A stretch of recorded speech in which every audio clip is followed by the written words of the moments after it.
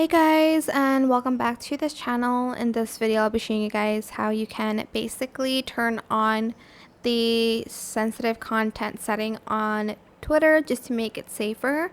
So you are going to go to more on your page, go to the settings and privacy, go to privacy and safety, go to content you see, and you're going to disable that option. Then you are going to select the search settings option and you're going to select hide sensitive content. So it won't be displayed in your search results, in your timeline, etc, etc. So yeah, that is it, just to make X a little bit safer. I'm still not used to saying that, but I hope this tutorial was helpful for you guys. Don't forget to like, comment, share. Also subscribe to this channel if you haven't done that already.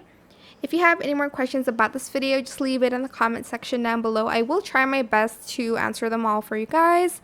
And if you found this video helpful, please click the thanks button as well. That is it for this video. Thank you so much for watching. Bye!